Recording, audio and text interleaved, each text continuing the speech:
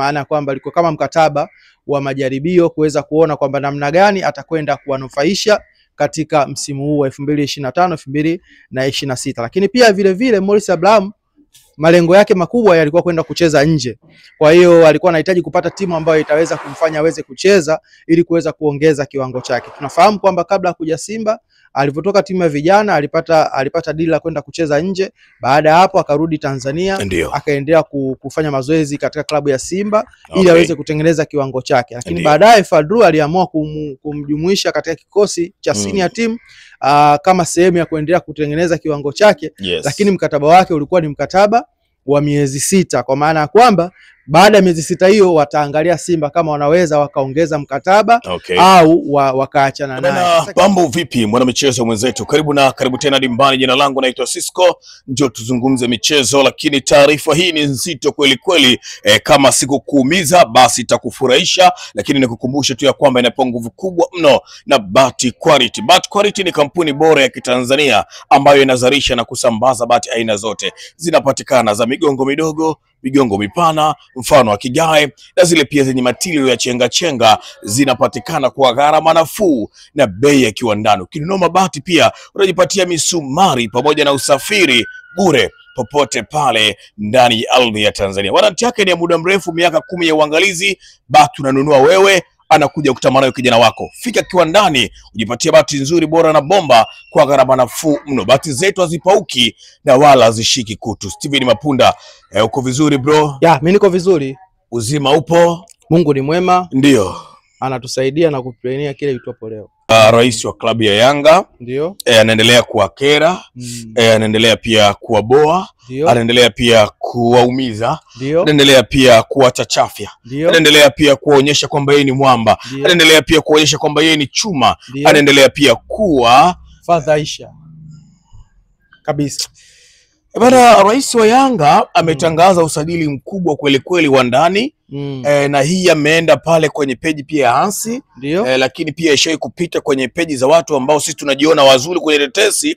Akasema tutoe kodi ya mchezaji wa ndani ambaye atakayemsajili.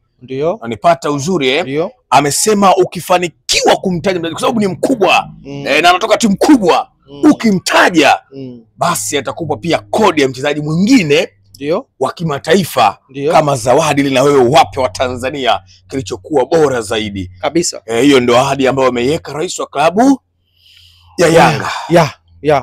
Sasa kodi hii inaumiza. Kodi hii ni ya moto. Hii si sawa. Na kinachofanywa sasa ni kutaka kutia chumvi kwenye kidonda. Simba sasa hivi wana matatizo yao kabisa ya kimpira. Inafahamika Simba hawako sawa. Mashabiki sasa hivi hawana furaha. Kucha kutu wanamsema Mangungu. Kucha kutu wanamsema pia Elie Mpanzu kabisa, wala hafanyi vyema. Kucha kutwa wanalalamika na mifumo mibovu ya timu yao. Lakini sasa injinia kodi ametupa na tumeshaifanyia uchunguzi, tumegundua pasipokuwa na huruma yoyote anakwenda kuwapiga Simba. Anapumua. Piga kichwani. Anachofanya injinia ni hivyo kwamba piga kichwani bado anapumua. Maana nzuri. Na hawa watoto kina Ali Kamwe, hao vijana wenzetu ndio wanampamba tajiri. Wala huruma na yenyewe pia. Yaani kina Ali Kamwe hawa kina Priva, kina Aliwata ndio wanamwambia injinia kwamba bado anapumua, piga kichwani. Kanyaga kichwani, bado Simba anapumua. Injinia anapiga kichwani kwa sababu Simba bado anapumua. Hawa kina Ali Kamwe ndio wanamwambia piga kichwani injinia. Simba bado anapumua. Kabisa. Na kweli injinia bila huruma anakanyaga kwenye kichwa. Afu akikanyaga sio ile kukanyaga, anakanyaga na kusigina. Yaani injinia anafanya hivi. Afu hatari. Bwana, kodi nyepesi kweli kweli. Sasa ni taarifa zikufikie. Morris Abraham roho ya Simba kwa sasa. Simba kwa sasa sio Mpanzu, sio Kibu, sio yoyote yule, sio Amaodo Alassane Kante. Simba kwa sio sasa Mohamed Nabi. Simba kwa sasa iko migongoni salama kabisa mwa bwana mdogo wa Kitanzania.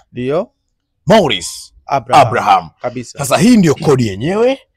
Taarifa zikufikie Young Africans wamekwisha anza chokochoko na wanamchomoa nyakati zozote zile kwenda kujiunga na klabu yao. Of course, yes. Yeah. Mimi nimesikitika kuona kwamba unakwenda kuleta masara msibani, jambo ambalo sio zuri. Unachukua chumvi unakwenda kutia kwenye jeraha la kidonda kibichi kabisa. Zuri. Kidonda cha Simba kibichi. Unakwenda kutia pia kisu pale. Haiwi nzuri. Unapata uzuri sasa taarifa ndivyo ambavyo zimetufikia mezani kwetu. Na taarifa ndivyo ambavyo zinaeleza ya kwamba Morris Abraham na klabu ya Young Africans mambo ni mwake. Bana, mimi sina la kusema zaidi ya kutoa kodi hiyo na injinia mwenyewe amethibitisha hapo mambo jinsi yalivyo. Steven Mapunda, kwako nataka kujua Morris Abraham ni mchezaji wa aina gani na kwa namna gani ataisaidia, na utujuze pia wanachokifahamu kwenye dili hili kuelekea pale mitaa ya Twiga na Jangwani. Of course ni kwamba Morris Abraham tayari anafahamika kuwa ni mchezaji wa Simba, lakini pia katika mkataba wake alikuwa amejiunga na Simba mwaka huu 2025, lakini mkataba wake ulikuwa ni wa miezi 6 na Simba walimpa mkataba huo kwa maana kwamba alikuwa kama mkataba wa majaribio kuweza kuona kwamba namna gani atakwenda kuwanufaisha katika msimu huu wa 2025 2026. Lakini pia vile vile Morris Abraham malengo yake makubwa yalikuwa kwenda kucheza nje. Kwa hiyo alikuwa anahitaji kupata timu ambayo itaweza kumfanya aweze kucheza ili kuweza kuongeza kiwango chake. Tunafahamu kwamba kabla ya kuja Simba, alipotoka timu ya vijana alipata deal la kwenda kucheza nje. Baada ya hapo akarudi Tanzania, akaendelea kufanya mazoezi katika klabu ya Simba ili aweze kutengeneza kiwango chake. Lakini baadaye Fadlu aliamua kumjumuisha katika kikosi cha senior team kama sehemu ya kuendelea kutengeneza kiwango chake. Lakini mkataba wake ulikuwa ni mkataba wa miezi 6, kwa maana ya kwamba baada ya miezi 6 hiyo wataangalia Simba kama wanaweza wakaongeza mkataba au wakaachana naye. Sasa kilichotokea ni kwamba uongozi wa Simba umekaa naye mezani kutaka kuongeza mkataba wake. Lakini mpaka sasa mchezaji pamoja na management yake imeweka ngumu kidogo kwamba ana lengo la kwenda kucheza nje. Anasema kwamba yeye malengo yake ni kwenda kucheza nje ya hapa Tanzania. Lakini sasa kitu ambacho kinavutia zaidi, nchi ambayo inatajwa wanasema kwamba kuna timu kutoka nchini Urusi. Lakini nchi ya Urusi kama unavyojua watu wengi wanapenda sana majina yaishia na Vic. Na kwa hapa Tanzania kuna sehemu panaitwa Avic Town. Kwa hiyo na pale Avic Town kuna wachezaji kama kina Pierdo Pacome Zouzoua, kuna kina Maxim pia Zengeli, kwa hiyo naye anatamani kwenda kujiunga nao. Kwa hiyo kodi iliyopo ni kwamba anataka kwenda nchini Urusi. Na Urusi majina yao yanaishia na Vic. Kwa hiyo ina maana kwamba Avic ndo sehemu pekee ambayo yeye anatazamiwa kwenda kujiunga nao timu hii. Na kama unavyojua kwa mujibu wa sheria na kanuni za usajili ni kwamba mchezaji anapokuwa na muda miezi 6 katika klabu anaruhusiwa kuanza kufanya mazungumzo na klabu yoyote ile kwa ajili ya kuweza kufanya mauzo. Kwa hiyo ndio maana dili hili linaonekana kwamba kwa Yanga linakuwa ni dili jepesi sana, na yeye pia anahitaji kwenda kujiunga na klabu ya Young African. Lakini pia hebu tumwangalie Morris Abraham, yeye ni mchezaji wa aina gani na anaweza kaingia vipi kwenye kikosi cha Young African. Tunafahamu kabisa kwamba Morris Abraham yeye ni mchezaji wa kizawa, ni mchezaji Mtanzania, mchezaji ambaye amewahi kuhudumu katika timu ya vijana ya taifa akiwa kama kapteni. Ukiangalia kina Pascal Msindo wamecheza naye, wakina Isla Mwenda wamecheza naye. Kwa hiyo unaona ni mchezaji ambaye tayari ana faida kubwa katika taifa letu. Endapo akiwa amepata timu ya ndani, inakuwa ni sehemu nzuri ya kuweza kupunguza kwanza gharama za kuweza usajili wake, lakini pia hata mshahara wake, pia kodi zake zinavokatwa inakuwa ni tofauti na mchezaji wa kigeni. Kwa hiyo huyu ni mchezaji mzawa na umri wake ni umri ambao ni rafiki kabisa. Amezaliwa mwaka 2003.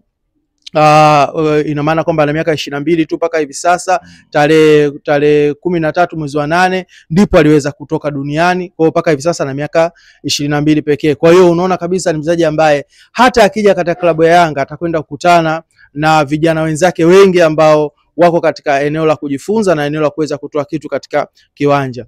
Mguu mwenye nguvu anaopenda kuutumia licha ya ule wa kupandia kitandani ni mguu wa kushoto. Huyu ni winga au attacking midfielder, lakini pia ana uwezo wa kucheza nafasi za katikati, ana uwezo wa kucheza namba zote za katikati. Ana uwezo wa kucheza kama namba 6, ana uwezo wa kucheza kama namba 8, ana uwezo wa kutokea kulia, ana uwezo wa kutokea kushoto. Kwa namna nyingine, huyu wanasema ni versatile player, kwa maana kwamba ni mchezaji ambaye huwezi kumkadiria katika eneo moja peke yake.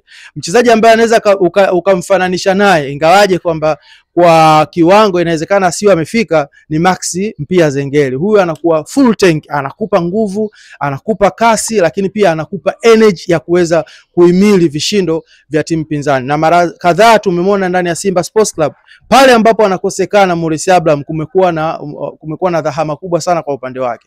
Rejea mechi ambayo Simba Sports Club wanapoteza dhidi ya Petro de Rwanda, hakuanza katika kikosi, tuliona jinsi timu ilivyokuwa iko chini zaidi. Kwa hiyo kwa sasa tunamwona kwamba huyu mchezaji kwa Simba ndio amekuwa mchezaji kinara kweli kweli, bwana Sisco.